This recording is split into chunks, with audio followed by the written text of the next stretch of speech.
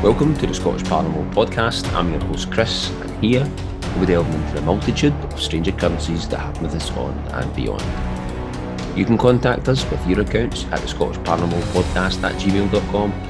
You can find us on all social media channels, and you can contact us by either means.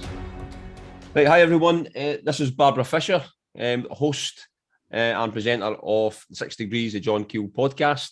Also a very good budding artist. As I've seen some of your work coming through Facebook. When I see that, it's pretty good as well. Oh, thank you. So I find it really interesting when you get podcasters and investigators on as well. So it's hard for people in any auspice to talk about the strange or the high strangeness or anything like that. I mean, but some people feel comfortable talking about it. To others, and out with that, podcasting about it or writing about it and all that. So it is a definite thing that we need more of, because it's people like yourself putting it out there and putting your neck on the line and getting it out there that actually gets more people seeing the subject and looking at the subject and all that kind of stuff. So carrying on the work of people before us and going through there. So before we get into talking about your podcast, what was it that got you into to start off with? What was that? Was there any defining moments in your life or anything like that, or any actual accounts? Well, so it started when I was a kid. So I was always messed up, apparently, always seeing strange things and things that other people couldn't see or hear. And I kept it mostly quiet when I was little. I realized pretty quickly that this is not something that you talk about often.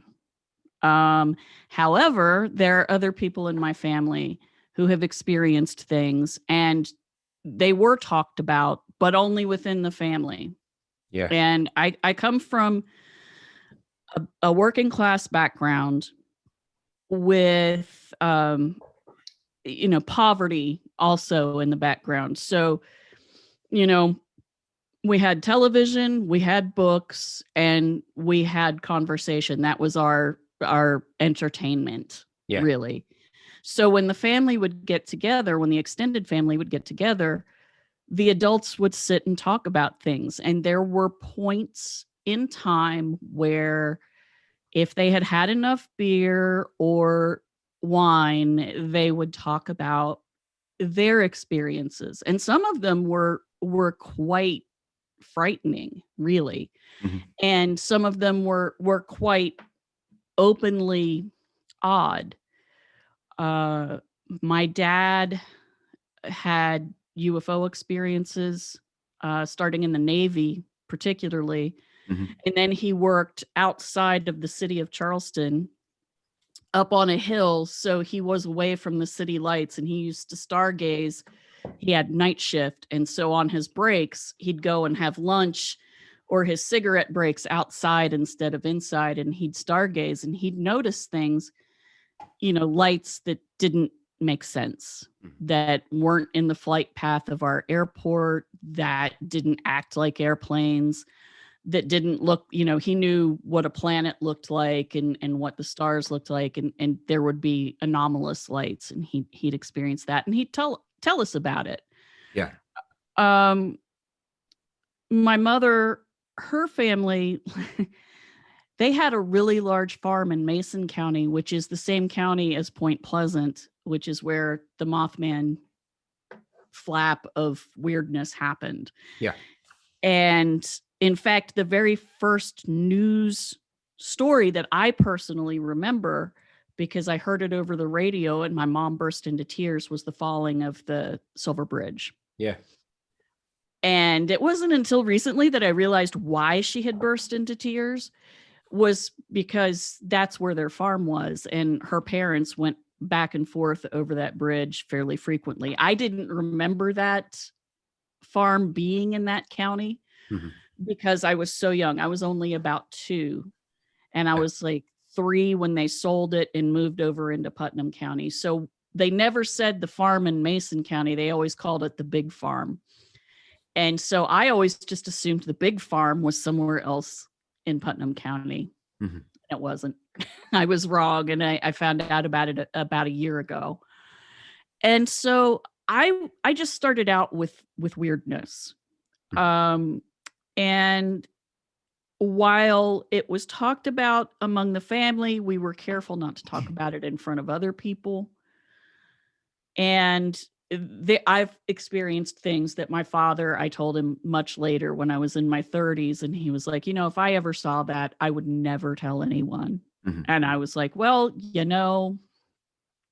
when you have been to court and had your sanity questioned as part of a court case, you get over it.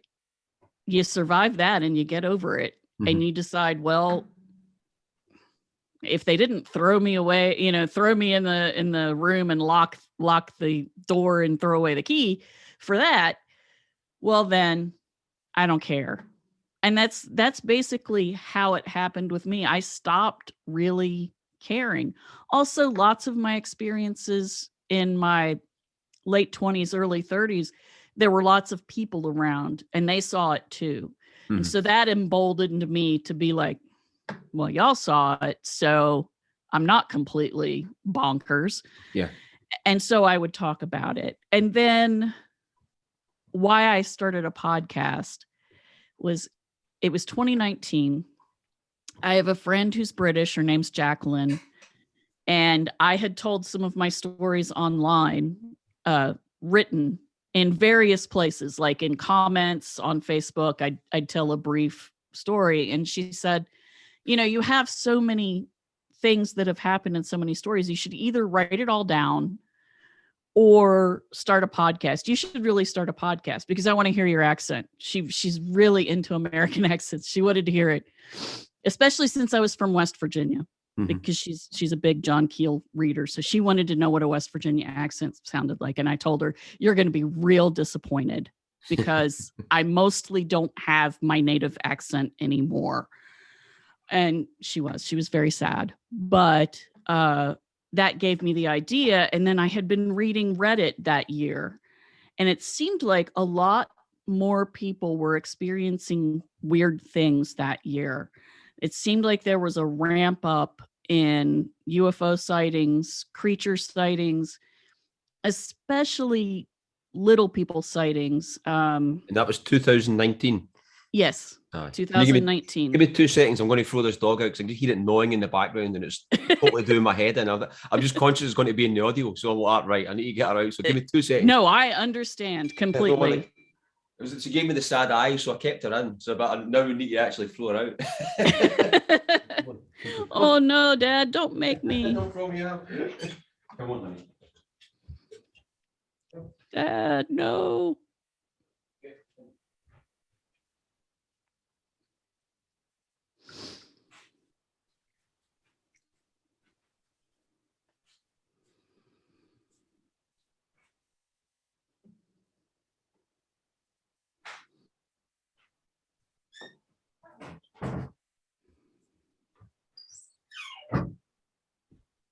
Thanks for that. I gave her for the listeners. I gave her a nice piece of chicken, so I wasn't being mean to her and putting her out with the sad eyes. So she's through there enjoying something nice to eat. So that's it. So Tori, you were reading Reddit in 2019 when a lot of strange occurrences were happening, and lots of humanoid sightings that sounded like the good folk, the wee folk, whatever you want to call them.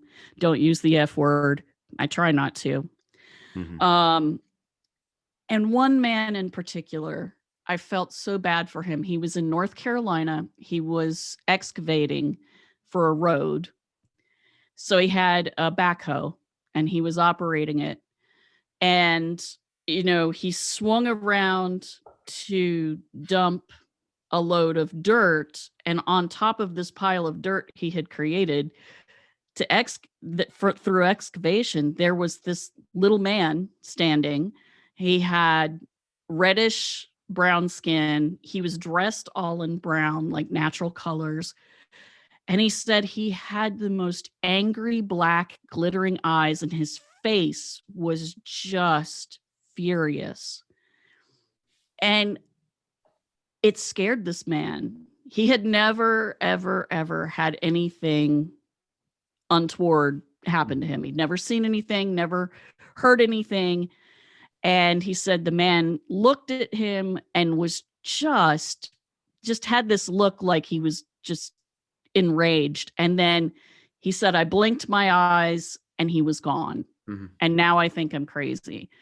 And it's Reddit. So you get all of these answers. Well, it was a gnome. Clearly it was a this, it was a that.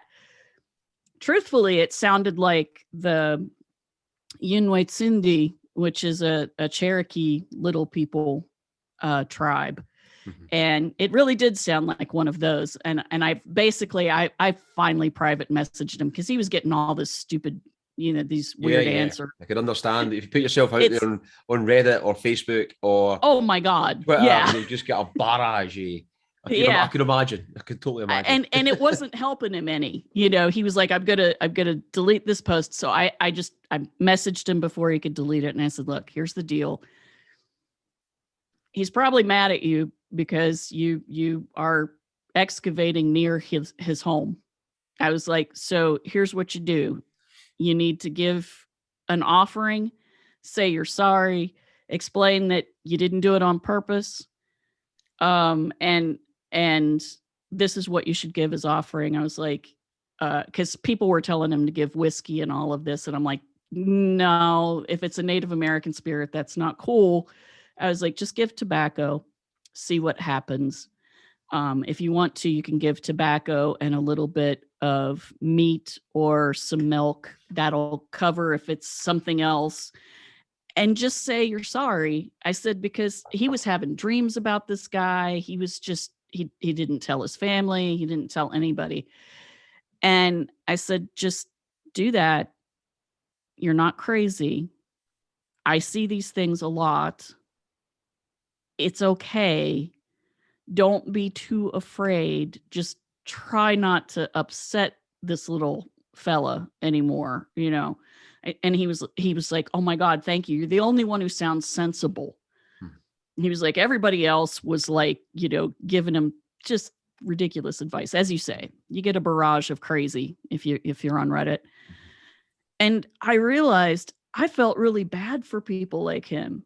And then I was reading more and more of people who had their first experience and they were scared to death. And then they'd get really either ridiculed or told they were crazy, or people would just get even more outlandish, and tell stories. Oh, well, I experienced this, and it chased me and it was terrible. And oh my God. And then my world exploded and my house caught fire and burned down, so people are terrified. That's why I decided to do it. It was Jacqueline who suggested it. I didn't even listen to podcasts. And then I was like, people need to hear the stories that other people experience without it being fearful, something to be terrified of. So I feel like in a way I'm trying to embolden people to tell their truth without fear of being shamed or called crazy or ridiculed. Mm-hmm. The amount of stuff that's out there, and even if you look, you probably know yourself when you've got family accounts or you've got your own accounts and you have your family accounts, and when you actually through a lifetime start writing them all down, it's a lot. It's a lot. It's a lot. And I was kind of the same in doing that. And I think I kind of started that. I started it because mainly I wanted to find out more about this area.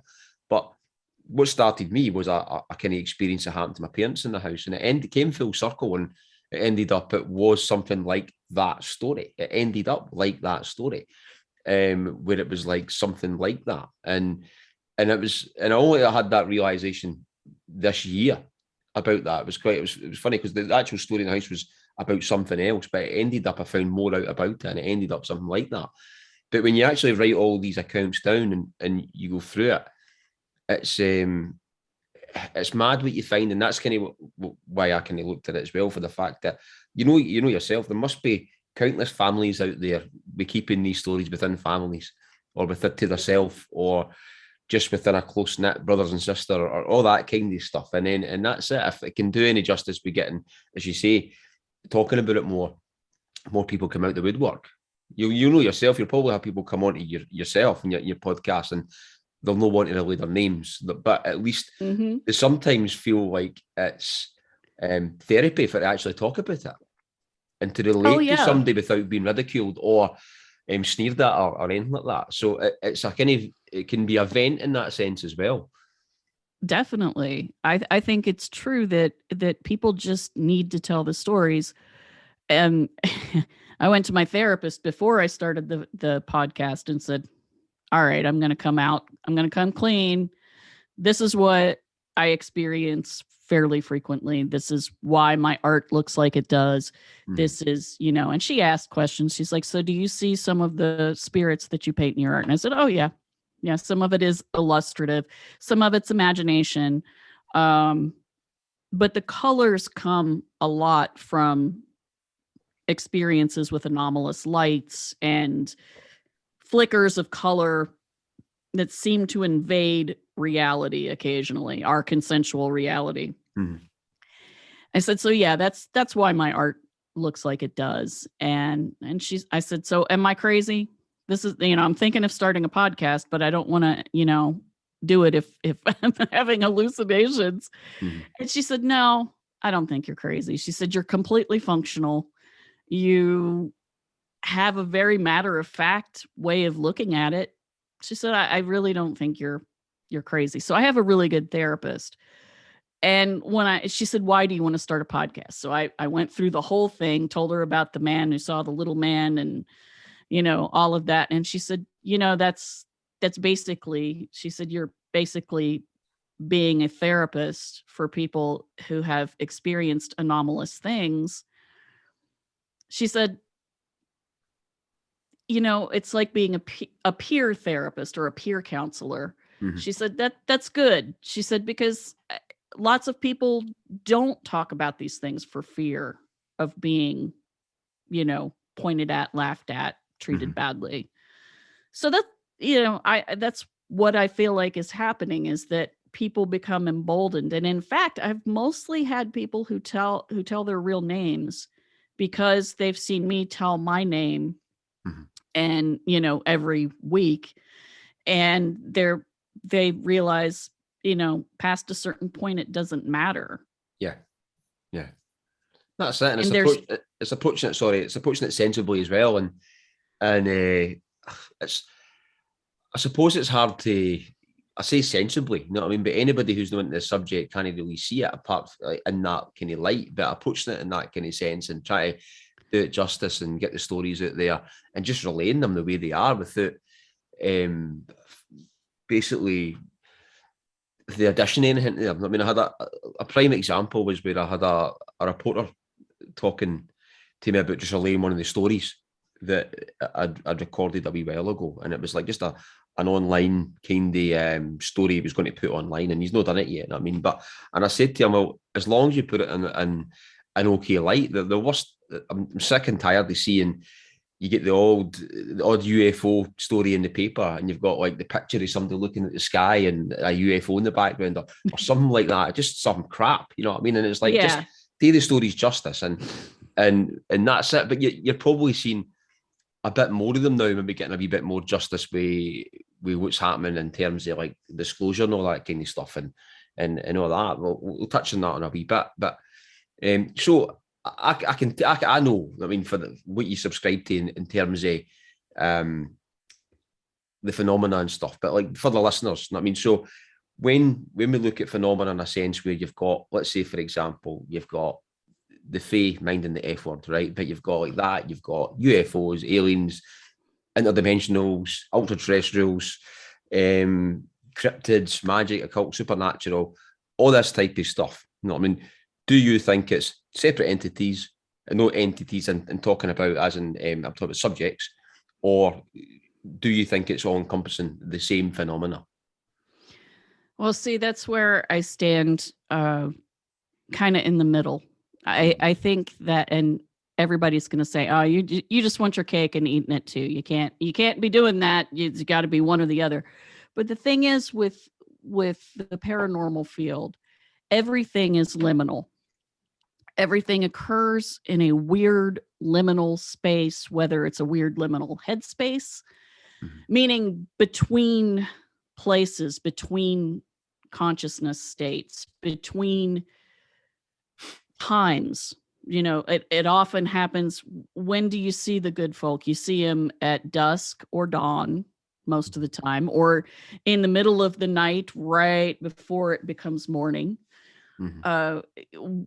When do you often people are in a car which is traveling between places, and they see a giant hairy creature walk across the road, or they look up and there's this weird light following them around, and if it's not Venus, then something happened. And it's kind of both and neither. I think they are related. I think they are all related, but are they the same thing? I don't know. But they do all partake of many of the same characteristics. Much of it having to do with human consciousness. That is the one thing that they have absolutely in common, is that a human or a group of humans experienced it. That's the thing. You know yourself for what the stories that you've probably heard or experienced, and it's like these things go hand in hand. You'll have the same type of data collection, let's say, right? You maybe get for not exactly the same, but some of the same type of maybe data points. Maybe you'd get for a Sasquatch case, to a UFO case, to a ghost case, to a poltergeist case, to something else. You know what I mean? And it's all kind of been related right through the times and stuff. I mean, and it's interesting with what's happening now. We I don't know if you follow much about it, but the whole obviously after the Tic Tac came out, and it was a case of Lula Elizondo and the whole disclosure kind of movement and all that, and looking back at the whole kind of thing, what they did at not just Skinwalker, but like OSAP and ATIP, and looking at all that kind of stuff, like looking at high strangeness, and then trying to relate it now to, it's no just, it's coming for them, they understand it's no just simple, it's like an ET or it's for wherever. They understand even at that level, it's totally something well different for, although there might be people who are in the know, I think they are probably know, they maybe know a bit more than the average person if there's secret programs elsewhere, even with the OSAP and all that kind of stuff. But it's interesting that when they were looking into all that kind of stuff as well, with the high strangeness and how it, I mean, when you look at Keel's stuff, I mean, you could pick Keel's books out the now and they would be totally relevant to what's happening now. Most of these books now, I mean, like anything like the Mothman, like Disneyland of the Gods and stuff like that, you could read that and think it was actually for this age. I'm not saying it wasn't that long ago. I mean, it was decades ago. I mean, but in terms of like what's happening now with the disclosure, and even what's basically getting regurgitated. I mean, the stuff with the multiple phenomena and all-encompassing and stuff like what you can see spectrally and all that kind of stuff. I mean, that was Keel was talking about that like 30 years ago, 40 years ago or something. Yeah. And it's I'm not saying it's getting regurgitated, but at least now it's getting a bit of validation. Yes. Because they've got the sensory stuff there, they can see that, and they can see, and there's things that are picked up that other people you can't see with your senses, but you can pick, for example, you can pick stuff up in thermal or infrared or whatever with your eyes can't see. And I mean, they were talking about that for kind of years before. They had a lot of the kind of technology. Well, some of the technology was probably about then, but Those readily available. You can actually get like your Joe Blogs off the street, you can just go and buy it. You know what I mean? You can actually buy some right good high tech material now. It's that wasn't that you couldn't really get before. So it's interesting. What's your thoughts on the whole kind of disclosure thing? I don't know if you've got much, if you have got any thoughts on it or whatever, or do you follow it? Do you have any kind of, I don't know, I have thoughts. I have thoughts on just about everything. I'm always thinking. The thing about this disclosure and Tom DeLonge and Luis Elizondo and a lot of the younger UFO Twitter crowd, the people who are like, oh, there's going to be disclosure. And then there was a disclosure and they were like, that's all they said. And I was like, guys, they said that there were unknown flying objects that might be a danger to national security. Do you not understand how important and unprecedented that is? And it's like none of these kids, I say kids, it sounds uppity, but I am in my 50s. So a lot of these kids have never read all the stuff that came before. So they have no idea that is an amazing revelation from the government. To have a governmental body say that in the major news press is like, wow, just wow. And people are not satisfied with it. It's like, well, that's it. Well, that's a lot. That's a lot. You have pilots coming forward, Navy pilots, people that put their jobs on the line, because pilots particularly are their mental health is checked and rechecked and looked at, and drug use is checked for and everything, because those planes are expensive and you don't want somebody who's gonna just dive it right into the ocean and do something crazy with it, flying it. So these are people who have every reason not to come forward, and yet they came forward anyway. So I have thoughts about that. I have thoughts of first off, go back and read the stuff from the 1950s through the 70s. Then you might have a little bit of an understanding of why that's a big deal. And two, no one person or one body of investigation is going to crack the story or crack the UFO code or explain everything, because it won't. It just will not. Nobody has the answers to everything anywhere. It's the answers are probably in multiple places, and they're not even really answers. They are pieces to a puzzle. And there are people who have been trying to gather those pieces and put them together, and it hasn't worked. It's been going on for 60 years, and it just hasn't worked. So that's my feeling about it. There is disclosure. It was good. People didn't like it because it wasn't what they wanted. But to expect what they seem to have expected, to have the aliens, quote unquote, land on the White House lawn, say we're here, and the US government's known about it for umpty, blah, blah, blah, many years. And the X-Files was all true. And it's a worldwide conspiracy. That's not going to happen. But there have been multiple smaller disclosures.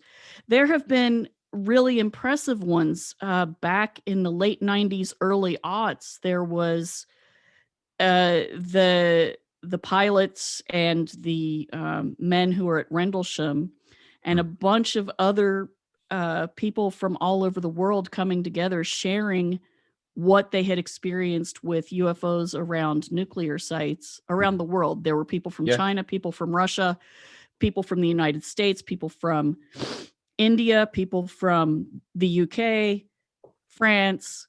They all had sightings that occurred around nuclear missile silos or nuclear power plants. And often there had been what they called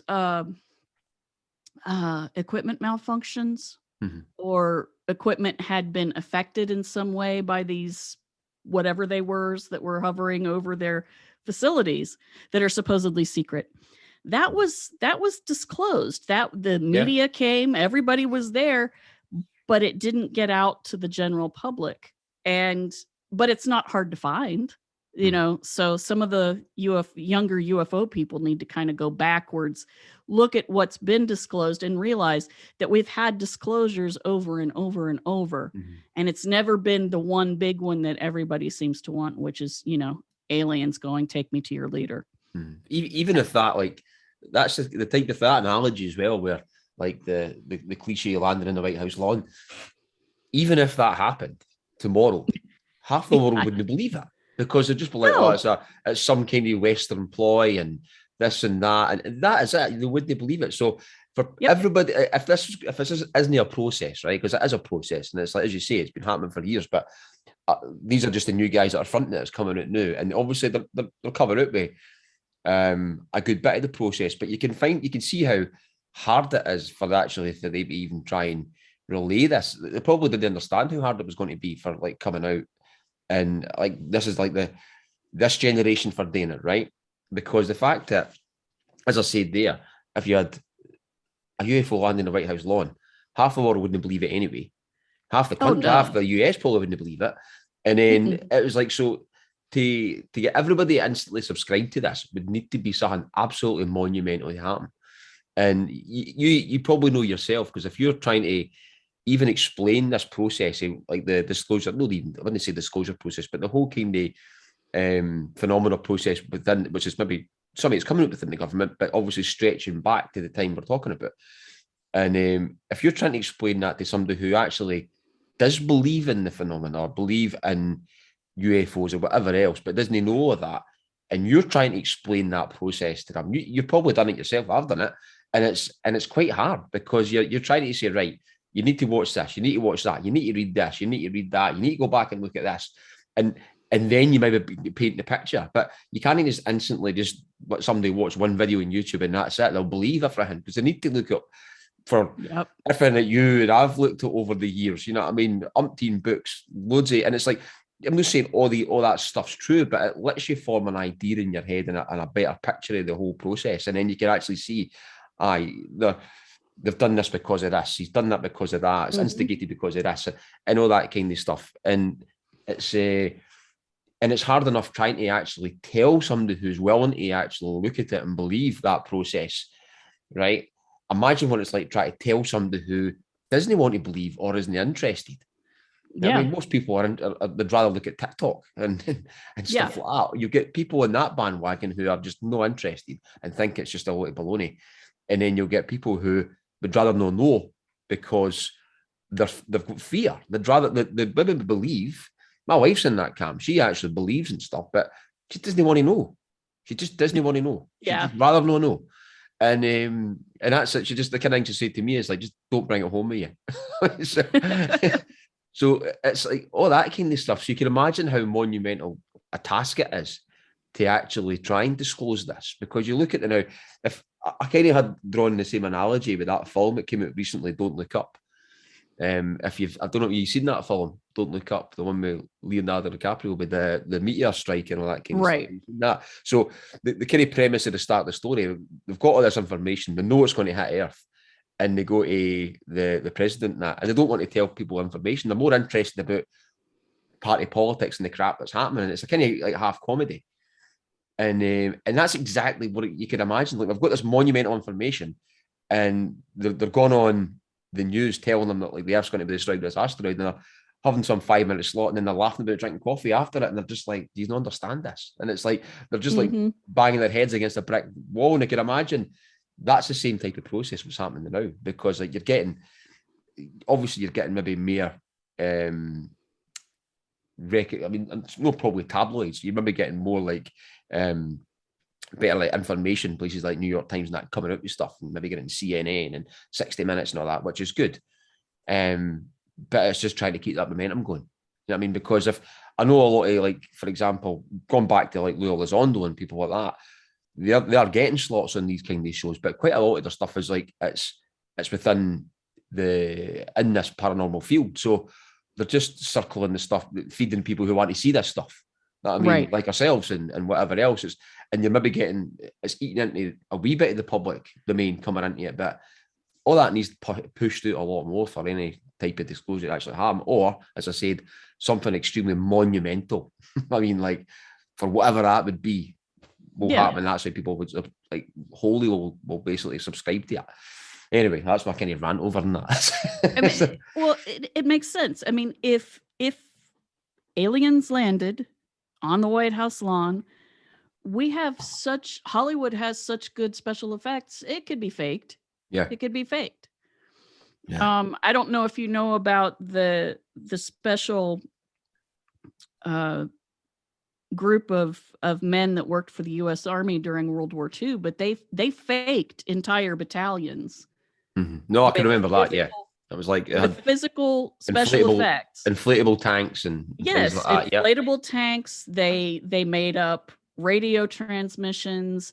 They the MI5 had a body of a German spy that they put fake documents on and all that kind of stuff. information on, and floated him over across the channel. Mm-hmm. You know, all of that stuff. That's without computer technology. Yeah, I know, totally. And it worked. I mean, the Normandy invasion wouldn't have worked nearly as well as it did if the Germans hadn't pushed a lot of their resources towards these fake battalions farther up the coast. Yeah, totally. It wouldn't have worked. So that's what people did without a lot of technology. Imagine what they can do with technology, which is why you and I are both saying, even if they landed, nobody would really, you know. And again, that's part of that liminal thing. It's like people say seeing is believing, but it would only work with the people who were on the White House lawn at that moment. It wouldn't work for people who videotaped it. I've seen my most commonly experienced paranormal thing has been anomalous light phenomena. And most of it is small orbs of light. And these aren't orbs that I took a picture and they showed up. No, I'm seeing them with my... There's no dust. It's not a dust or water vapor there. yeah. I'm seeing them with my physical eyes, my real eyes. It's not crap on my glasses. And I never tried to photograph them because I always felt like if I photograph them, some jackass is going to say, well, that's just water vapor or blah, blah, blah, blah, on your camera. But I actually did one, well, it was 2 nights this spring. I couldn't sleep and I was watching these weird lights up the hill from my house in the woods. They weren't up in the sky far away. These were in the woods doing their thing, bouncing around. And I was watching things that looked for all the world like people that glowed, doing something in the woods, moving around. And I'm watching them. And I'm thinking, yeah, I'm really glad I'm in the house and I'm not out there because I don't know what all that is. And I just don't know. And I decided, you know what? I'm going to hold my phone up with the camera on and see if I can still see it through the camera. Because my feeling was, if it was a hallucination, although I was pretty sure it wasn't because my cat was watching them too. Yeah. It wouldn't appear on the camera. Now that is probably faulty logic, but you know, so I started doing this thing where I'd look and then look through the camera and then look, and it was still there. And I was like, I'm not going to show this picture to anybody because it's not going to prove anything. And I took a couple of pictures and they do appear on digital media, which made me stop and wonder, because that tells me that there are actual photons involved. that can interact with the lens of a camera Mm-hmm. and can create a picture. Because for years I thought it was some sort of interaction with the mind that tricked the eye, that there was something there, but it wasn't in a physical way. Even though I could be with a group of people and we all saw it, except for my husband who never saw anything except 1-2 times. He's just special that way. He was mad about it too. I just figured it was something more. It had to do with the brain and perception and consciousness. But then here it is. I've got these pictures. Now, what do you do with those? I've watched people take videos of these little moving points of light and put them online. And people are like, well, that doesn't prove anything. Yeah. What is that? That could be some dude with a laser pointer or, and they can come up with 15 different ways that can be done. But what's interesting for me is, and I've heard this from other people who have photographed the lights, the little anomalous bouncy lights in the woods, is they look different to your eye than they do when you snap a picture of them. The colors are different and the shapes are somewhat different. So there is something, there's actual photons that are actually there being light, being particles and waves and doing the things that light does. But there's something that the brain also is involved with in processing that information that the camera doesn't process. It doesn't get all of the color. It doesn't get all of the movement and the shape. And my daughter Morgana took a photograph earlier than that, the year before that late summer before that spring. She took a photograph of a pair of red lights that were about 100 feet up in the air above her. And they showed up on film. They showed up red. That was interesting. But when I played with the photograph and blew it up and looked at it, they weren't spherical as they had appeared to her.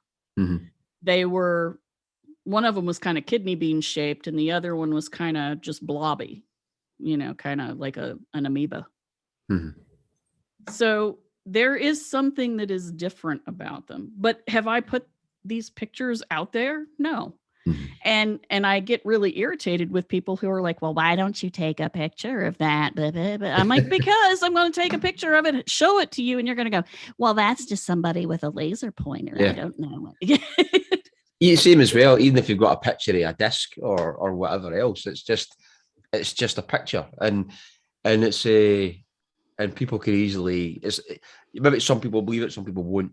And if they don't know you as a person or what you're like, I mean, it's you're not going to be able to convince everybody about it anyway, but that kind of evidence. So the best thing you can do is, at the very, very minimum, is just basically, at least you've got a bit of knowledge of your own. You know what I mean? That it's the case anyway. Like I don't believe in UFOs. You know what I mean? Or the phenomena or whatever else. I just know it's there. It's not a case of belief or anything.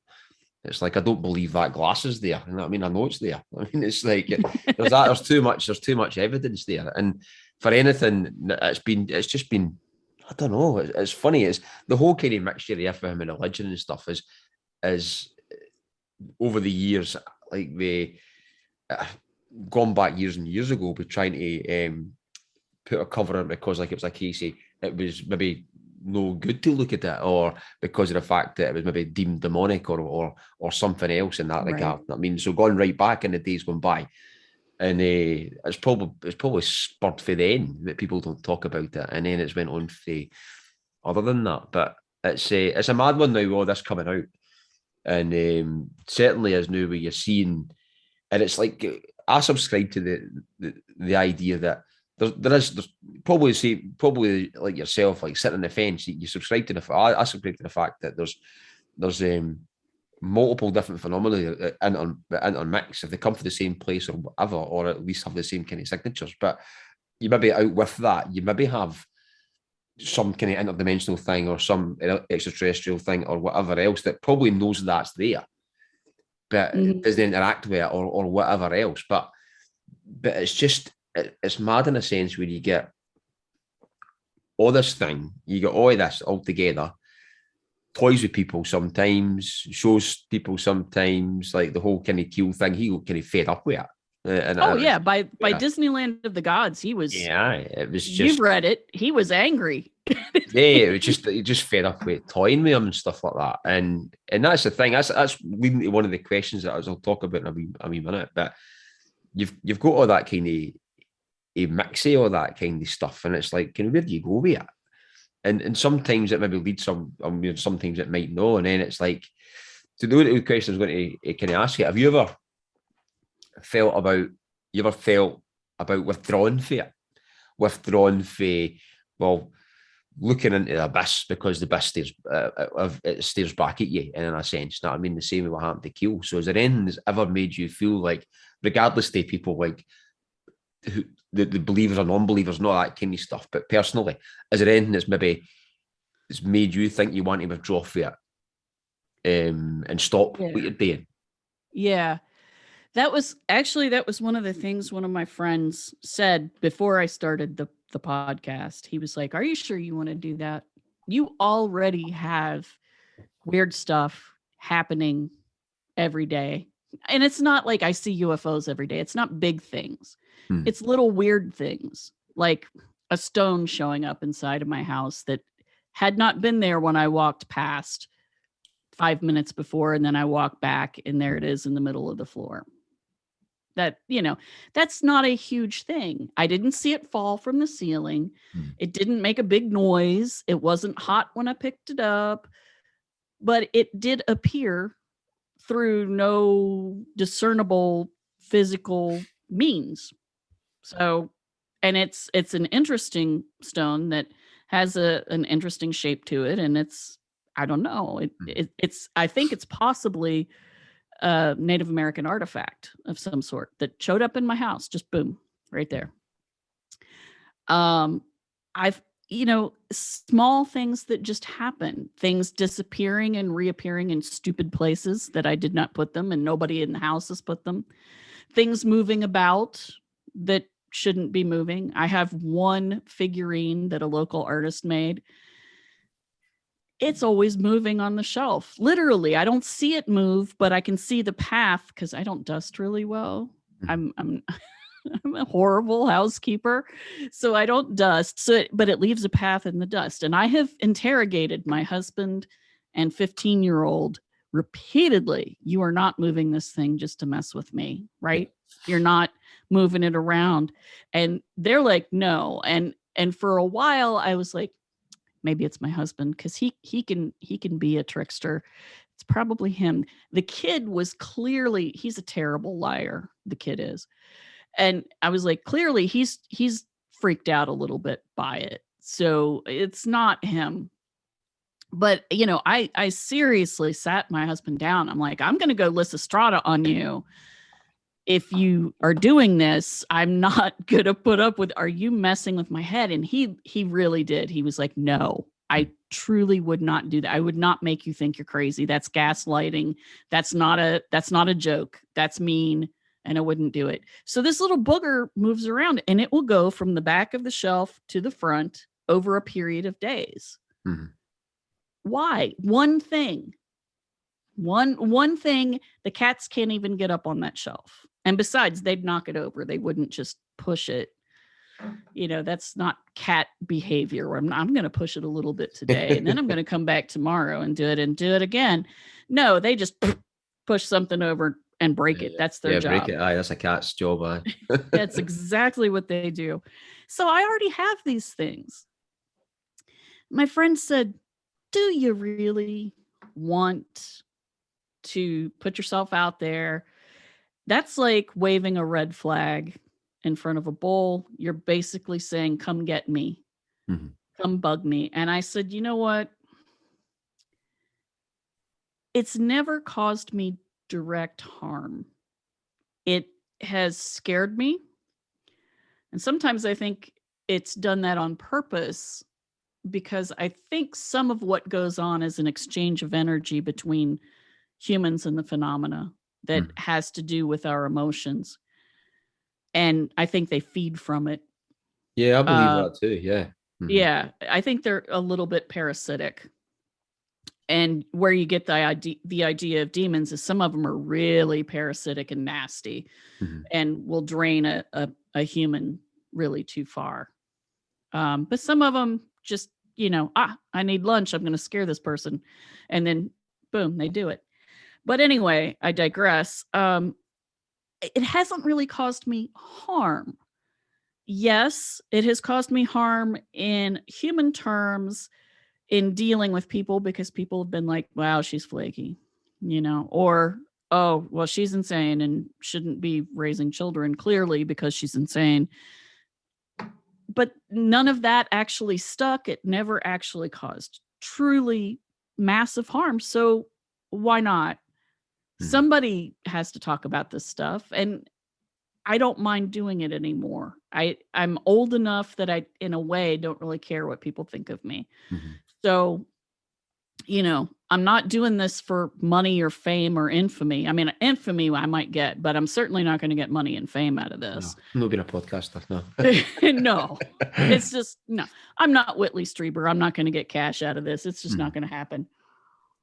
It's I mean, it's interesting though, just going back to Keel, obviously, because probably a good few points where he kind of thought about with the drawn fair. You could probably imagine, you know what I mean, what kind of he went through and stuff. But it's that as well, and I mean, it's interesting with some of the kind of recent stuff. I would say recent, but it was done a wee while ago when you're talking about more things like the OSAP stuff and what they did at Skinwalker, and it wasn't just Skinwalker, it was other stuff as well. But you've got that kind of stuff going on there, right? And then you have other stuff like, for example, where you've got Stephen Greer with the CE5 and all that kind of stuff. So basically meditating and trying to draw UFOs. And he's not the first person to do that. You know what I mean? There's been people doing that well before him and stuff. But you had all the contactees and that in like the 50s and 50s. Stuff, you know what I mean? And all that movement, you know what I mean? But it's almost like when you look at that, and as well as like you get like ritualistic magic, which is almost kind of the same conjuring type thing. You know what I mean? And I there's a total parallel there between the two. And that's one of the things that like some of the guys who worked in OSAP and stuff had said as well. Like, doing that type of thing, be careful what you wish for, or be careful for what you're looking for, because it might not be the thing that you think it is. Yeah. And that, I find that quite interesting for maybe some of the stuff that maybe it's not been really that they know. And but you've got that, and another thing as well, when I've always seen as well, when you've got that, the whole multi-phenomena thing, and then you've got ritualistic, why am I not able to say this now? It's still coming out. Ritualistic magic, which is almost kind of like hacking it.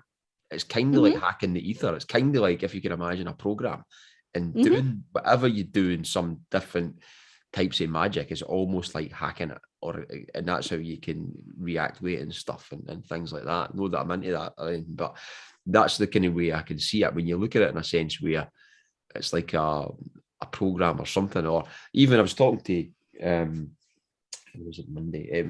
Nathan Paul Isaac for the Penny Royale, and on Monday there, and we're kind of talking about the feedback loop for cybernetics and stuff. And I said it's almost like a multiverse algorithm. Because if you're looking for something and it'll throw something back at you.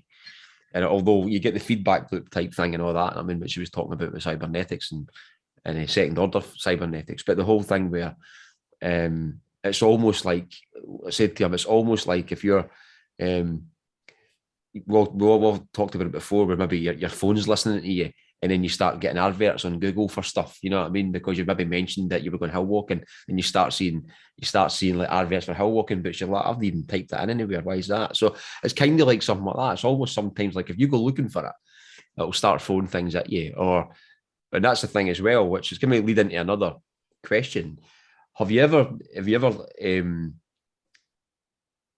listened to a story or been involved in a story or investigation type thing, where it's led you down a certain route, and you'll have like synchronicities from that, and even more so, and it's just kind of like sometimes like a validation. Actually, that's right. You know what I mean, and it's like things like that as you go down. You ever had anything like that you can remember offhand? I have been having a lot of synchronicities since starting the podcast and talking with various investigators, experiencers, and other podcasters. That has definitely happened. Weird things that will connect us without us knowing. Yeah. And then I'm like, oh, that's weird. You know, I was shocked because, I decided, hey, I'm going to do this podcast. Well, I should listen to podcasts. Yeah, before I start one, because I don't know what they do, you know. So I started listening to various paranormal podcasts, and I was completely and utterly shocked to find out that there were lots of people who saw the little lights in the woods. Mm-hmm. Um, when I started listening to Strange Familiars, and Tim sees them often when he's out in the woods a lot, Mm-hmm. and his research partner Chad sees them, and they have taken people to various places where they see them, and they have guests on who have seen them, and I'm like, oh my god, it's not just here in Athens, it's out there in other places. Oh, it was so cool. So I contacted Tim, and it turned out that we had a lot of very parallel experiences Mm-hmm. without knowing it. Yeah. Without knowing each other at all. We have a few things in common. We're reasonably close in age. We both grew up in Appalachia. We both live in Appalachia. We both like the woods. And we've both been involved in the neo-pagan movement in America at about the same time. And somehow, it's a fairly small group of people. Somehow we just missed each other. We just sort of, Mm-hmm. we never did meet back in the 1990s when we were both involved. So I was like, well, that's still weird. It's like we're weird cousins that we didn't know that we had. So I've had things like that happen. I've had prescient dreams with other people, that made sense to other people that didn't make sense to me. And I, offhandedly tell somebody, and they'd say, oh, well, this happened to me and it's very like that. And I said, oh, well, okay. I call that the psychic friends network. That sometimes after I've interacted with people enough, they get on the network, and sometimes I'll find out information about them, or they'll find out information about me that makes sense, and we'll go back and forth. Have I had it on an investigation? I'm weird. I don't really investigate per se. I just walk into situations and things happen or they don't. Mm-hmm. I don't, for one reason I don't carry the fancy equipment is because I have this ability to destroy electronic equipment fairly easily. Mm-hmm. I don't wear a watch. I've destroyed watches just by wearing them. Computers, they get fried fairly easily, so I'm really, really, really careful. So I figure, handheld electromagnetic meters and things probably would either mess with it or mess it up. So I don't even bother with that. I just go into places and experience what's there. And I'm not even a psychic. I can't even say I go in and I get these impressions from the area and the spirits come and talk to me, because they don't even necessarily do that. Yeah. I might get a weird feeling. I might get a headache from something. That's fairly common. I might see something. Time might go a little wonky, but I don't really, go in with the idea of investigating. Mm-hmm. Now, I'd love to go, I'd love to ride shotgun with investigators, because, I am fascinated with the little, mechanical doobly things they have, and their little equipment and all the things that they can do with it. that fascinates me. But, you know, the best I've done is taken pictures of weird lights in the woods and then showing it to like 3 people. Yeah, it's kind of meaning just in a sense where it's like just getting the wee hints that you're on the right path.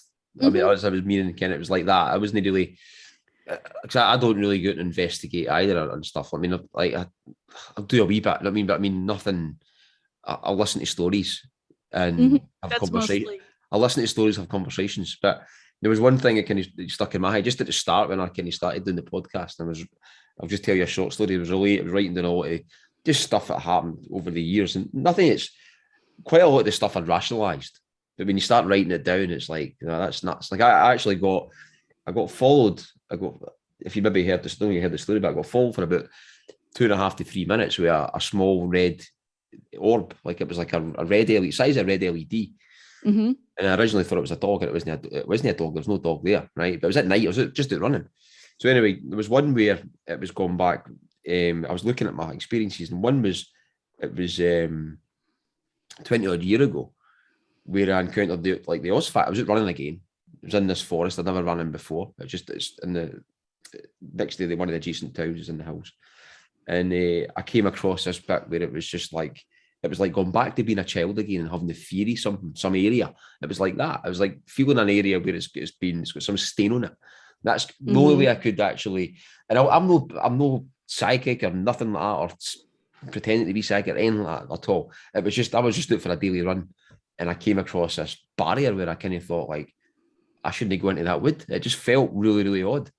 And it was the strangest feeling. This is before I even read any Keel stuff, and before I looked at anything to do with the Oz factor or anything like that. And it was just the total feeling of dread, the fear, and don't go any further, right? So I cut my run short. I went home. I was only about early 20s at the time, told the wife.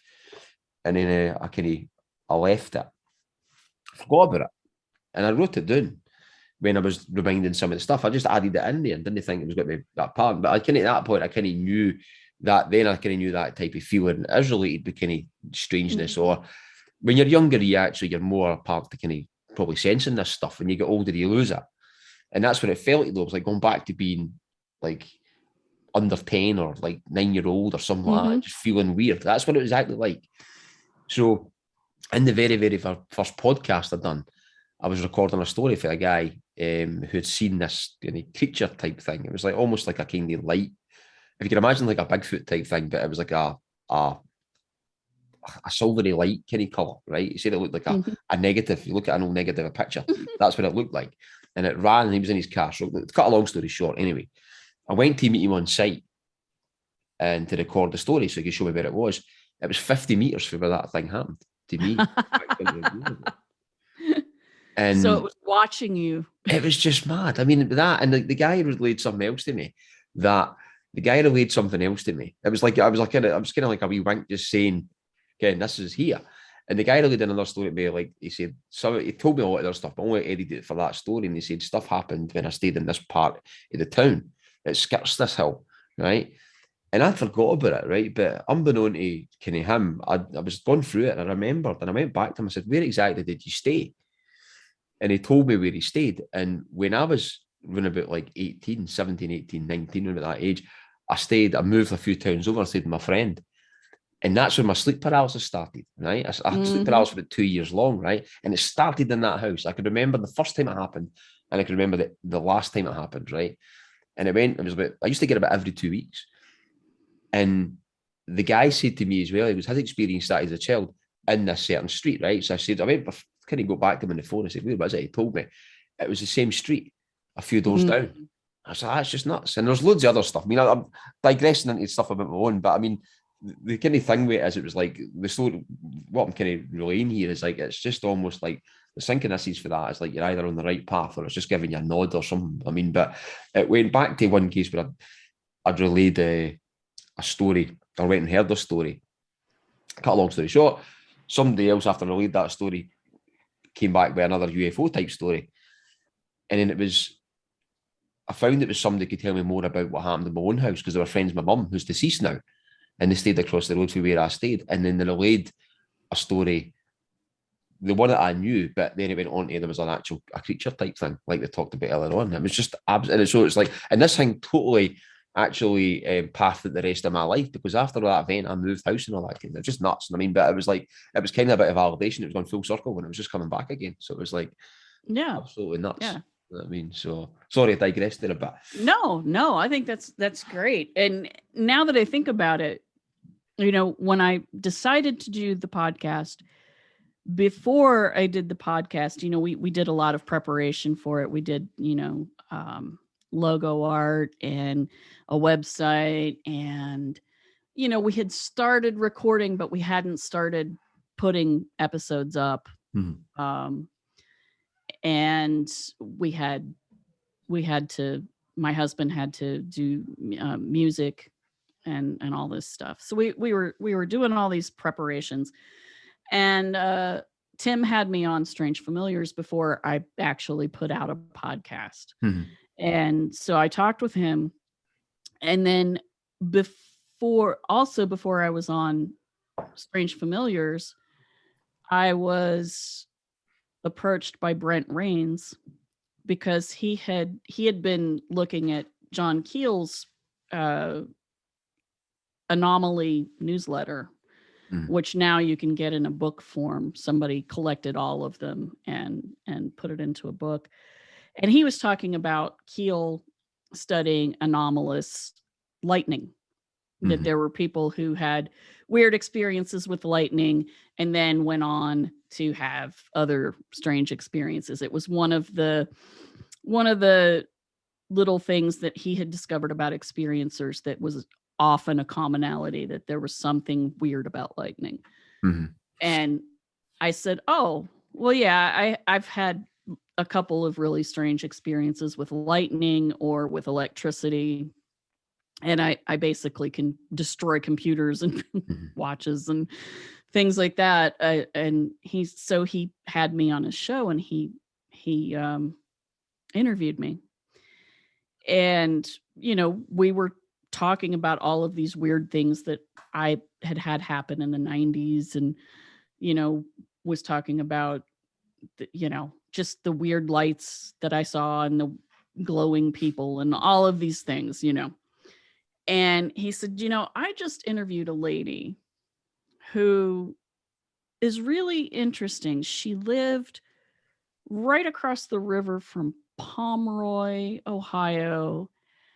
And I had just found out that was the first place my dad's family had settled when they came from Germany, like 2 generations back. And he said, she lived right there in West Virginia on the other side.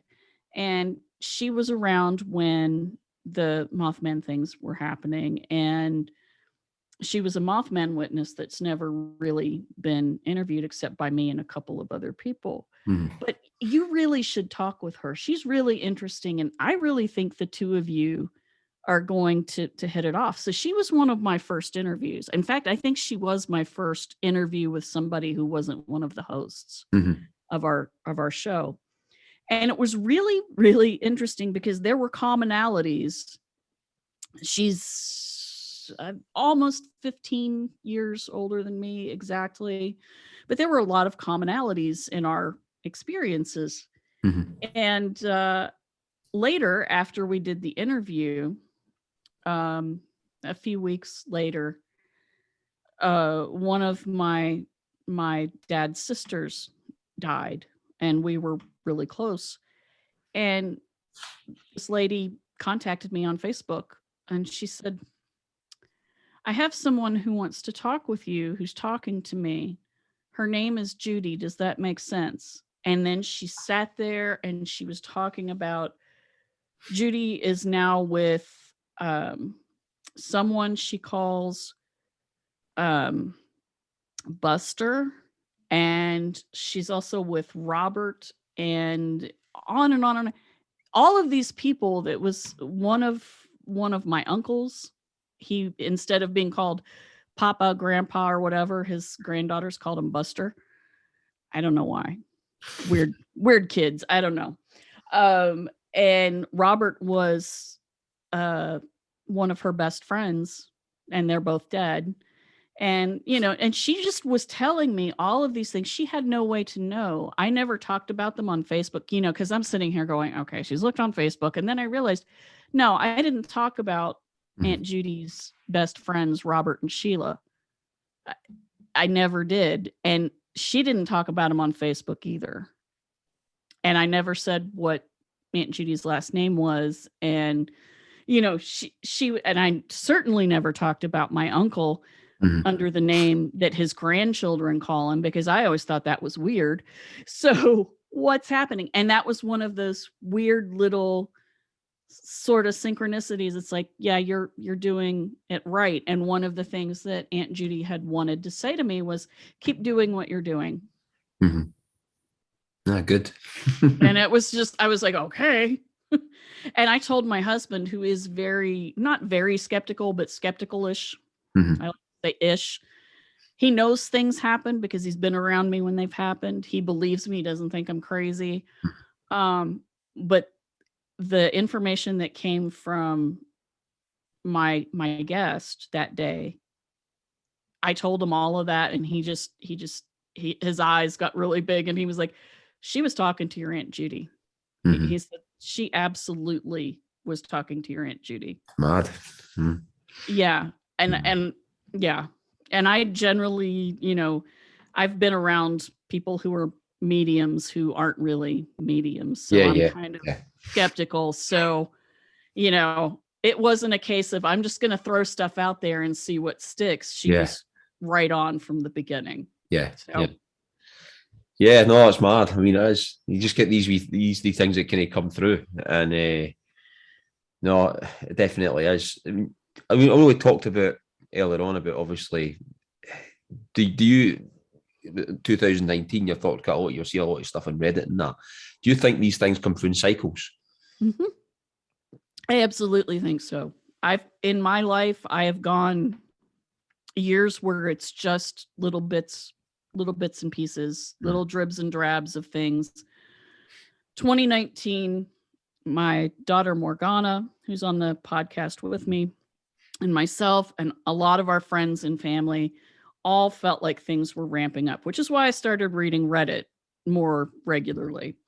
And I was like, Morgana, honey, is Reddit like getting weirder? And she was like, oh yeah, Mom, because she's been reading Reddit for years and years and years. She's like, oh yeah, more people seem to be seeing things for the first time and stuff like that. And our friends were having more experiences again, but for like a good 5-6 years before that, it was pretty quiet. So it seems to come in cycles.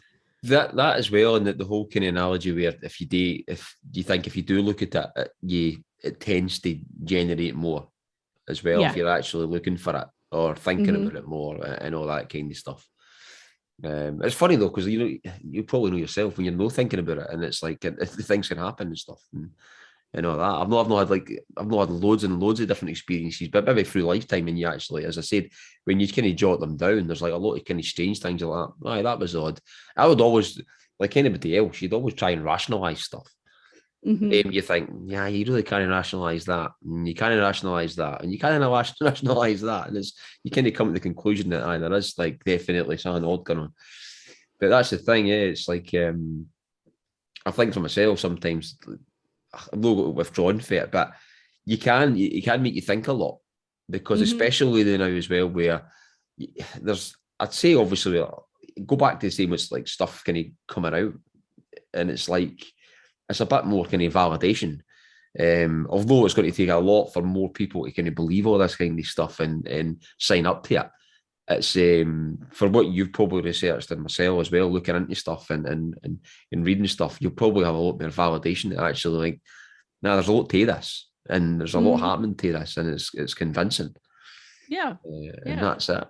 And I mean, it's like I'm quite the opposite for you talking about electronics and stuff. I'm what's called an electrosensitive, so I get I can feel all the stuff. So like in my house, I need hardline everything.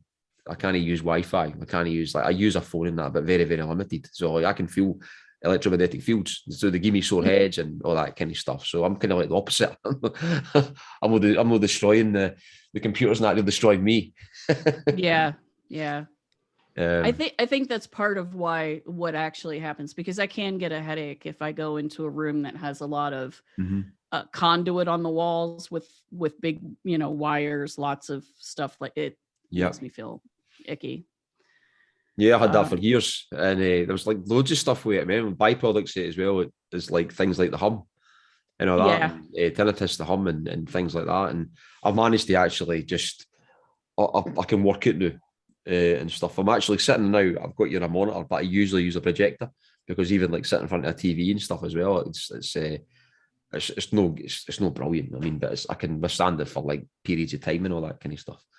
But I mean, it's mad though. So as well, so in the area you are,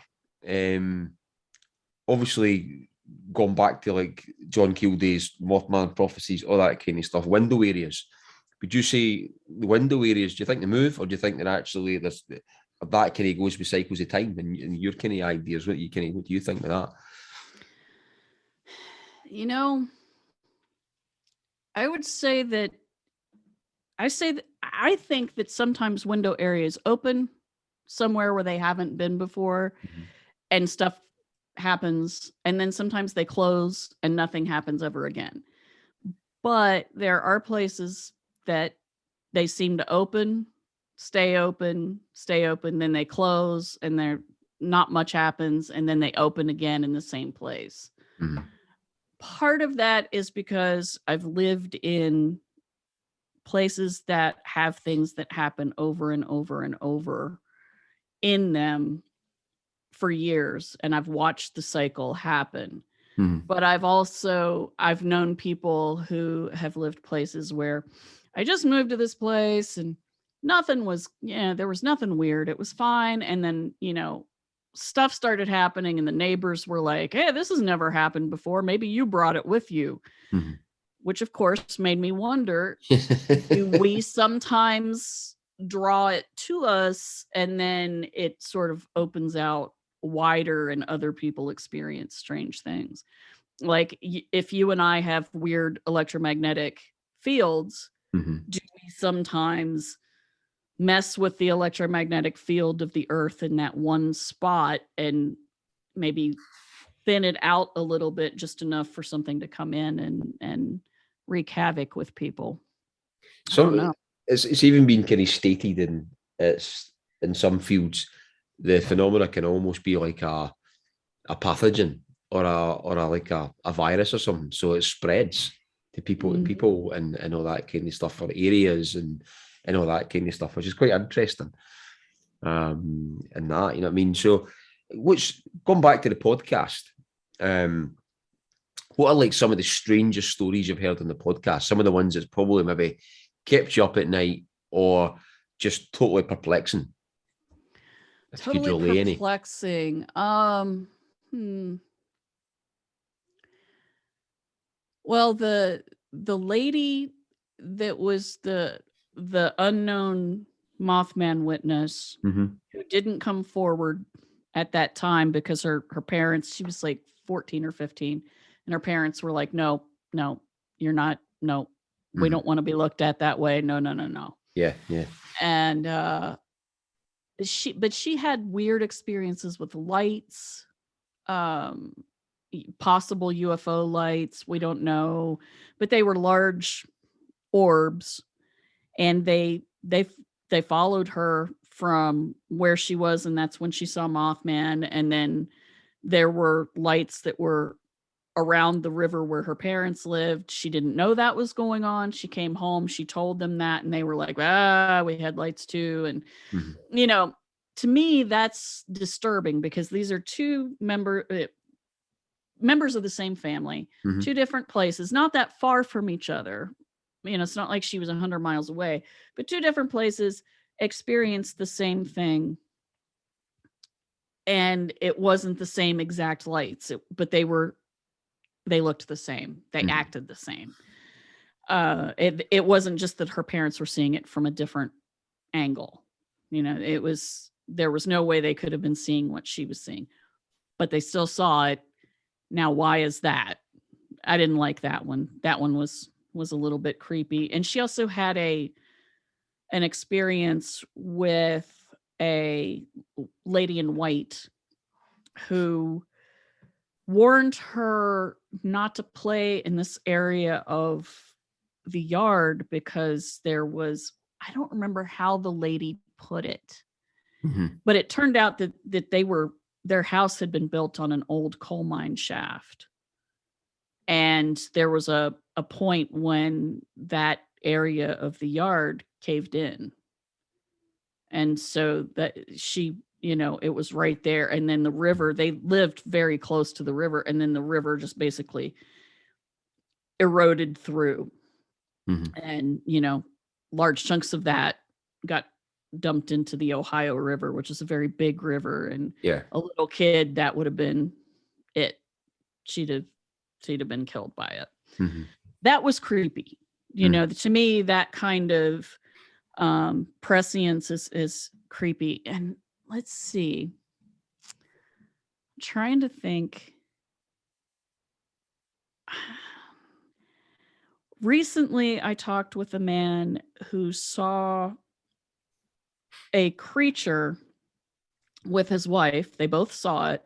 They were driving in this general area of Wisconsin that's called the Driftless, which has to do with it wasn't scraped clean and had dirt brought in by the Ice Age glaciers.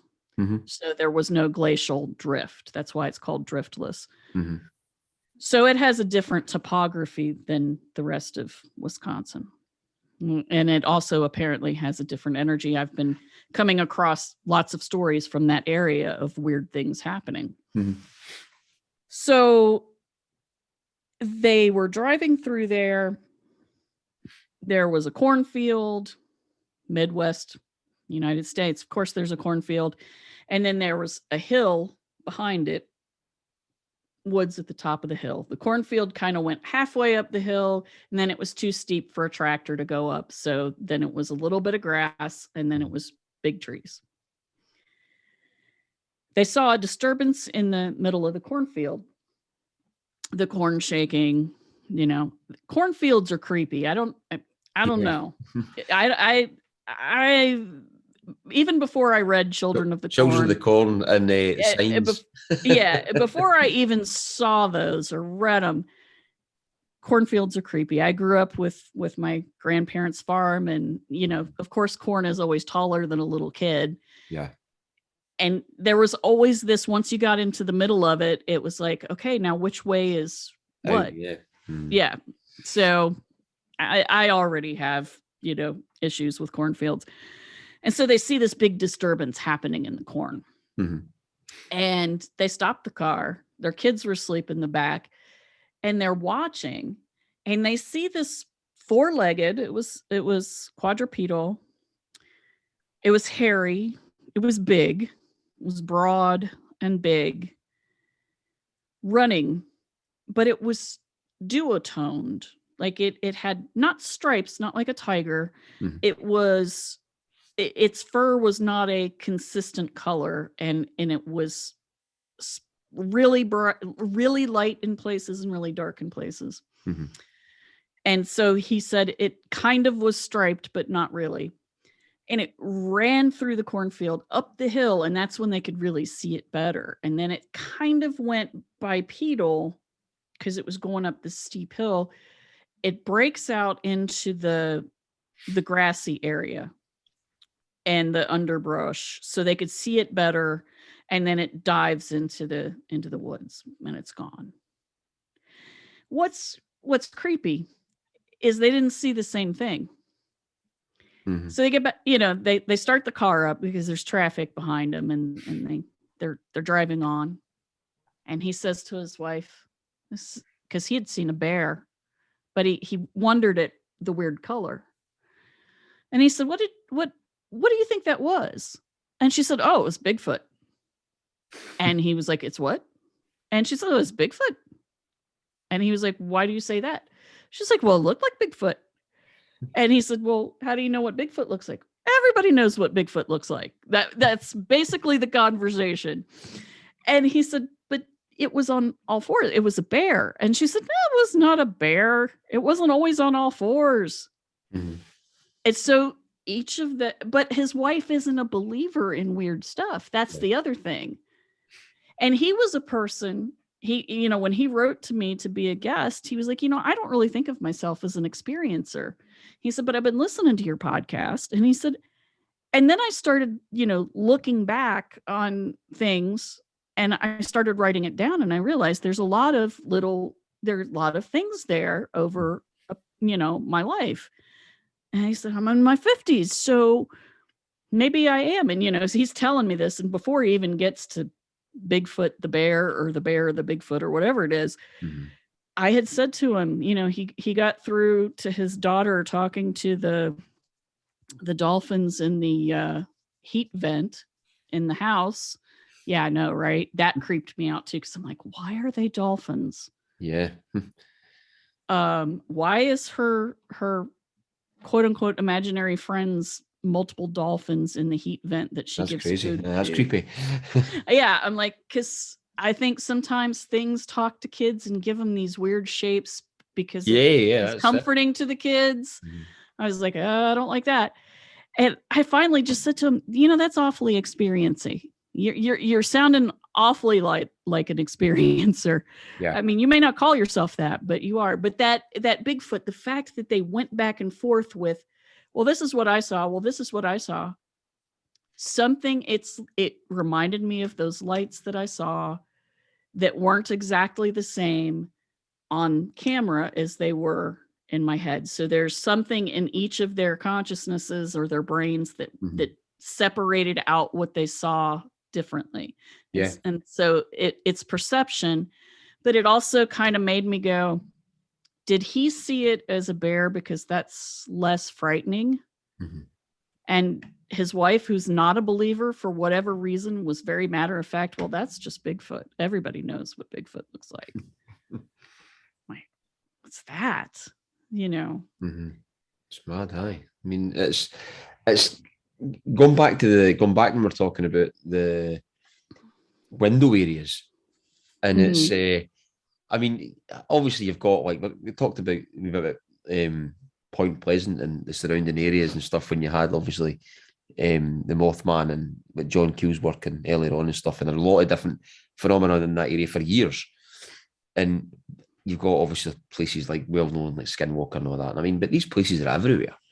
Mhm. And they're everywhere, sometimes in populated areas and all that. And there's places in the UK where, I mean, it's the crazy stuff. It's the multitude of different crazy stuff that you probably it's people have came across, investigators in these areas. So there's, I mean, it's the same kind of stuff you'd get. You get nuts and bolts craft, light phenomena, cryptid type things, dogmen type things, alien type things. I mean, it's all a Mhm. mixture of stuff, and people even recording stuff as well. And that there was one thing we're talking about where some people could see different things. What we're talking about there, and you get other things where they might not see it but catch it on some type of technology.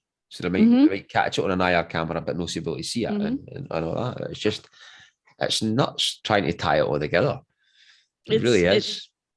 I remember not that long ago. I think it was about a year ago. I read about a hairy monster, Bigfoot guy in London, Mm-hmm. and I'm like, no, you don't have forests in London. I've actually been there.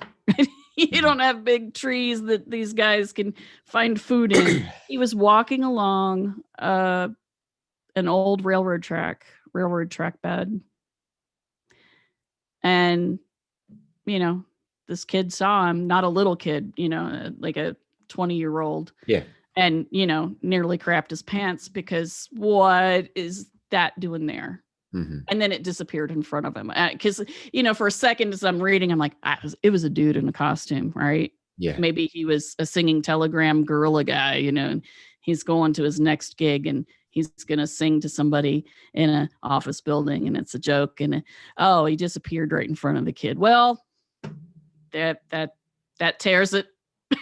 that's That just goes right out the window, huh? Is Okay. it's things like that in a populated area like that, and obviously you get the populated area, but there's surrounding bits and about it, and but I mean there is cases like that in the UK, like right across the UK with the cryptids and stuff, and crazy stuff like that. I mean, I never ever like before looked at any kind of cryptid stuff or anything, and no because I didn't believe it.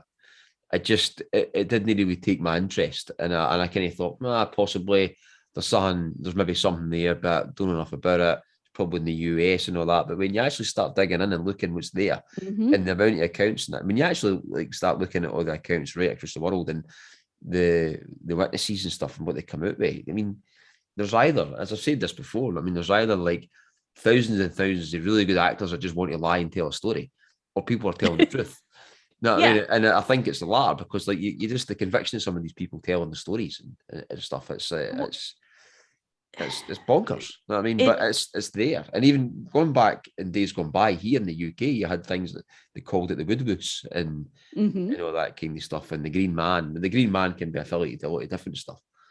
Yeah. But, it's totally bonkers. You know what I mean, I know bonkers in a crazy saying it's just crazy, but it's just like to think about it. It's when people see things like this and they're upset by it, that's when I'm like, I believe this. Mm-hmm. You know, the lady who saw Mothman, she still teared up, even though she was a teenager and now she's, a grandmother. It still bothered her. It still frightened her.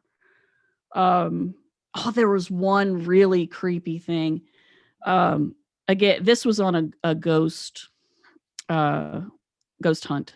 Mm-hmm. It was a guest, and she had never seen little anomalous lights floating about. So she went up into this attic in this insane asylum. I'm like, well, see, you just walked into that. Now I mean, you're going to find something bad there. What do you think? And she laughed, because I was teasing her, but still, yeah, you're going to find something there. And there was something going on in the attic, and they had their IR and EM, but then they started seeing things very physically with their eyes. Mm-hmm. And she said, these balls of light, these blue balls of light. And she's like, I have never seen those. And they started bouncing around the room, and they didn't give off. They weren't from a beam.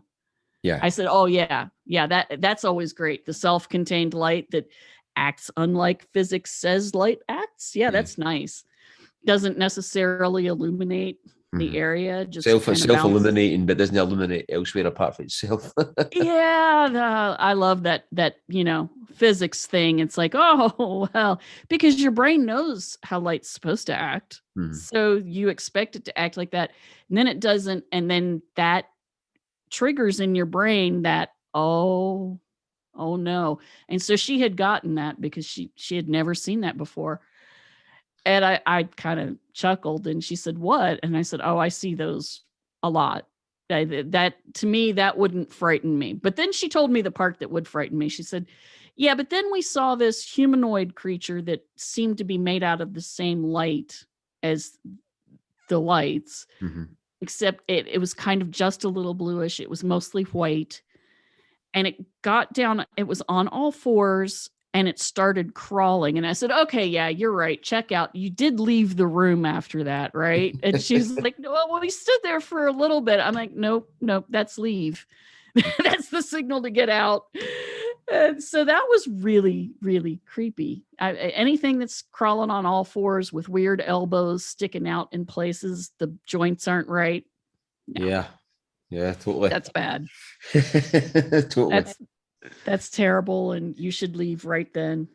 Oh, absolutely mad. I mean, what if you had anybody, like for example, I know you don't really kind of go out and investigate that, but what advice would you give to anybody who are looking to get into this subject? Any listeners out there who maybe want to look at it, try to gather stories or try to investigate stuff? Have you got any advice for anybody who would look at that? It depends on what you're thinking of doing. If you're going to look at ghosts, I would suggest you look at the works of Paul Eno or Eno. I'm not sure how you pronounce his name, but he he was once a priest and an exorcist, but he has really interesting theories about ghosts, that they aren't necessarily always ghosts, that they are more likely we're seeing into another realm and they are seeing into our realm. Yeah. And are just as afraid of us as we are of them. I kind of subscribe to that idea as well. Yeah. I kind of leave it, yeah. Yeah, I think that is a fresh look at something. I think a lot of ghost hunters are still very stuck in a spiritualist tradition that from the 19th century and haven't really gotten out of that. So I would suggest they look at that. And I can't remember the author, but there's a book called The Ghost Theory, which is really, really enlightening and interesting and is more along the lines of what Paul thinks. If you're going to look at UFOs, read the works of Jacques Vallée. Seriously, start with Passport to Magonia and read John Keel. Like, definitely read John Keel. Yeah. Yeah. Start with Mothman, because it tells kind of a story. It's not just theory, but my favorite of his books is still The Eighth Tower, which is the material that was taken out of the Mothman prophecies by the publisher, who was like, nobody wants to hear your weird theories, John. Nobody wants to know. And I'm like, yeah, we do want to know. It's funny because I'd read The Eighth Tower and a lot of these other books before I even read the Mothman. I bypassed the Mothman to start off with because it sounds ridiculous. It does, because I'd seen the film and stuff, and although the film's like nothing like the book and all that, I mean, it's a wee bit like the book. I mean, some bits, yeah. But I went to I think I actually read The Eighth Tower first, and then went through a lot of other bits, and then went back, and I was like, why did I bloody miss that? What was I thinking? I mean, when I missed the Mothman prophecies, I was just like, God, you're mad. Yeah. But I'd read a lot of other ones before that, but yeah, definitely his work. And yeah, I'm a believer in educating yourself before you go out messing with things. So, look into those things. And then, as you say, people who do ritual magic or chaos magicians definitely are essentially hacking into something that then allows things to happen around them, paranormal things to happen around them. If you are going to go in that route, don't do it in your house. Do it somewhere that you don't live. I mean, don't go to your friend's house and screw around with stuff there and leave it with them. If you're going to do CE5, don't do it where you live. Don't pay Stephen Gray for it. Yeah. As your wife said, don't bring it home. Don't bring it home with you. If you have kids, especially, don't. I've seen enough stories of people who, I don't know what it is with some ritual magicians, but they just don't seem like the most careful of people. There's a book called My Life with the Spirits by Milo Decat. He's one of the most famous ritual magicians in America today. And there were times I was reading it and I was just like, dude, stop that. No, what are you doing? Why are you doing that? No, you have children in the house. Why? So, he's invoking creatures and goetic demons in a house that has children in it. And, he's taking some mind-altering substances in the basement of the house with all of these candles lit while his kids are asleep upstairs. I'm like, God, what are you doing? Stop it's like hacking the Matrix, and then it's almost like hacking the Matrix and catching a virus for it. Yeah. And it lingers. That's what I would probably put it into that. Yeah. That's bad. Don't do that. That's one thing somebody was talking about, the whole CE5 and that, and potentially at work and all that as well. But I think one of the analogies I gave a while ago as well, when somebody was talking about it, and I said, well, put it this way: if in studying like gnosis and things like that, where astral traveling and stuff, before they do that, they always put like a protection talk about protection and all that for Yep. your home and all that kind of stuff when you're actually Yes. traveling and stuff like that, because of the fact that you don't know what's going to try and mess with you. I mean, so Exactly. that's the kind of thing that people really need to kind of think about as well. Yep. Yeah. I was about to say, if you are going to do these things, Mhm. learn how to protect yourself, ward yourself. That's actually the first thing anybody who does anything magical should do, is to learn how to do that first, to protect yourself, your home, your family. I don't know how many people I've basically counseled, okay, you need to cleanse and bless your house and ward it really nicely. Here's how you do that. Here's how you ward yourself. You know, don't, God, basically what I think happens when you go out and you do CE5 or you invoke whatever it is you're invoking, what you're doing is you're basically shooting a flare astrally over your head in the ether.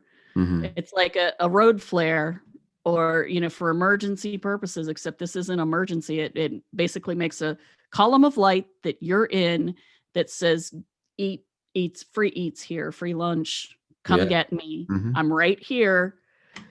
And you don't want that to go home with you. So I find that quite interesting, just on that conversation there. I find it interesting when you got things like, let's say, for example, CE5, or even apart from CE5, where you get maybe abduction scenarios where people may be seeing beings in the room or whatever else, but then what dispels them is maybe somebody praying, and they go away and you wonder, like, what is that all about? I mean, that's what you kind of wonder, is like, is there something more sinister there where that, I don't know. I mean, it's, you could just surmise about it all day and theorize on it. I mean, but like, you get people who have experiences like that, and then they'll maybe shout for like Jesus' name and things like that, and they'll dispel them. They'll go, and you kind of think to yourself, it's like, is there a demonic side to some bits of this, and is it just a case of, I don't know, it's the duty because you've got fear or whatever. I mean, or there's just a multitude of different stuff that we don't know. I mean, exactly, and that's the other thing. I always tell beginners is, if anybody tells you they know exactly what something is, don't necessarily trust them, because none of us know exactly. We have ideas. We have X amount of evidence that it could be that, but we don't know for sure. And anybody who says they know for sure is probably full of it. And certainly don't believe somebody who says everything's a demon or everything's an angel or everything's an angel or a demon, because that is really probably not true. But it is interesting, and you are absolutely correct, that people have dispelled alien abduction by calling upon a higher power, whether it's Jesus. I've actually heard of people who aren't even necessarily Christian believers calling upon the name of Christ, and it works. So does that mean that everything, in the Christian dualistic kind of thing is true? See, I don't know. I've even heard it for as well, in the same type of scenario, but in a pagan scenario, and calling on something to dispel it, and it worked as well. There was like things like that. But it's totally interesting. I mean, it is. Listen, brilliant to chat to you, and I'd like to maybe get you on again at some point. I mean, so it's been have a good discussion, and obviously get some of your stories and talk about your podcast and anything. So just for the listeners, I'll put it on the show notes anyway. Could you just tell your listeners where to find your podcast? Yeah, you can find it on Apple. You can still find it on Spotify, and you can find it on Stitcher, or you can go to 6degreesofjohnkeel.com. That's our website. It's 6 like a numeral, and then Degrees of John Keel, all one word.com. Thanks very much, Barbara. You've been great. Thank you. And hopefully catch up with you soon. Thank you. Definitely. Thanks.